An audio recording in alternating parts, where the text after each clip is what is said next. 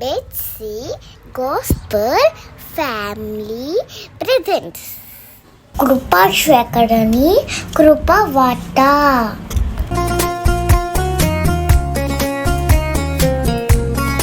ఈ దిన ధ్యాన వాక్యమునకు సామెతల గ్రంథం 3వ అధ్యాయము 5వ వచనం 6వ వచనం ధ్యానించుకుందాం. నీ స్వబుద్ధిని ఆధారం చేసుకొనక నీ పూర్ణ హృదయంతో యెహోవా యందు నమ్మకం ఉంచుము. నీ ప్రవర్తన అంతటి యందు ఆయన అధికారమునకు ఒప్పుకొనుము. అప్పుడు ఆయన నీ త్రోవలను సరళం చేయును. ఏథెన్స్ నగరంలో నికియాస్ అనే ఒక చిన్న బాలుడు నివసించేవాడు. అతడు గొప్ప శిల్పి కావాలని కలలు కనేవాడు. అతని తండ్రి ఒక సాధారణ కుమ్మరి. తన కుమారుని కలను చూసి ఒలింపియాలోనే మహా అద్భుతమైన జ్యూస్ మరియు పార్థెనాన్ శిల్పాలను సృష్టించిన ఫిడియాస్ దగ్గర శిష్యరికానికి ఏర్పాటు చేశాడు. ఫిడియాస్ శిల్పశాల అనుభవజ్ఞులైన కళాకారులతో నిండి ఉంది. నికియాస్ మొదటి రోజున ఒక చక్కని మట్టిమానుని ఇచ్చి నీ హృదయంలో కనిపిస్తున్న దాన్ని చెక్కుమని చెప్పారు. నికియాస్ ఆకర్షణీయంగా రణించాలని నిరంతరం శ్రమించేవాడు. కానీ అతని శిల్పాలు మరింత క్లిష్టంగా మారాయి. ఇతని శిష్యులు ఎగతాళి చేసేవారు. నికియాస్ ఫిడియాస్తో, గురువా, నా వంతు నేను శక్తివంతంగా ప్రయత్నిస్తున్నాను. ఫిడియాస్ నవ్వుతూ, నీవు నన్ను అనుసరించే ప్రయత్నం చేస్తున్నావు. నీవు నా చూపును గ్రహించి నా మార్గదర్శనాన్ని ప్రశ్నించకుండా అనుసరించు.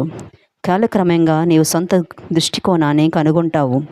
ఆ రోజు నుంచి ఫిడియాస్ కూడా సాదాసీదా పనులు ఇచ్చేవాడు. గట్టిగా ఉన్న రాళ్లను మృదువుగా చేయడం మరియు గురు పని చేస్తూ ఉండగా గమనించడం. తన శిల్పాలు చెక్కాలని కోరుకున్న ఒక్కసారి అసహనం చెందలేదు. అలా నెలలు సంవత్సరాలు గడిచాయి. మరలా ఫిడియాస్ మట్టిమానుని ఇచ్చి నీ హృదయంలోనిది చెక్కుమని అన్నాడు. ఈసారి నికియాస్ చేతులు నమ్మకంతో నిండిపోయాయి. ఈసారి చెక్కని శిల్పం ప్రాణంతో ఊపిరిని పీల్చుకుంటున్నట్లయింది. ఫిడియాస్ ప్రశంసలు కురిపించాడు. గురువుని అనుసరించడం ద్వారా శిల్పే కాదు, గొప్ప శిల్పకారుడు జ్ఞానం దృష్టిని గ్రహించాడు. కొంతకాలం తర్వాత ప్రఖ్యాత శిల్పకారుల్లో ఒకనిగా పేరు పొందాడు. నికియాస్ ఎప్పుడు గురువుని గుర్తు చేసుకుంటూ నిజమైన అభివృద్ధి నమ్మకం, సహనం, వినయంతో సాధ్యమని అన్నాడు. గురువుని నమ్మిన వారిని అనుసరించడం ద్వారా ఏ వృత్తినైనా గొప్ప ఎదుగుదల సాధ్యమవుతుంది. ప్రార్థన.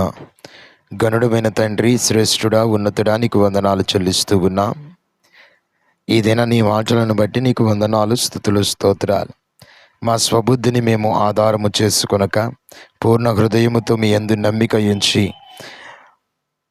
మా ప్రవర్తన అంతటి యందును కూడా నీ అధికారమునకు ఒప్పుకున్న వారమయ్యుండి మా త్రోవలను సరళము చేసుకొనుటకు కృపను అనుగ్రహించమని ప్రార్థిస్తూ ఉన్నాం.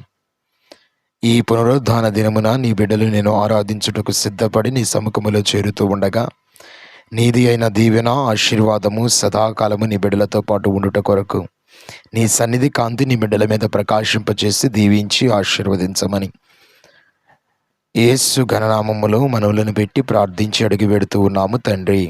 ఆమేన్. దేవుడు మీ అందరినీ దీవించునుగాక. Thank you everyone.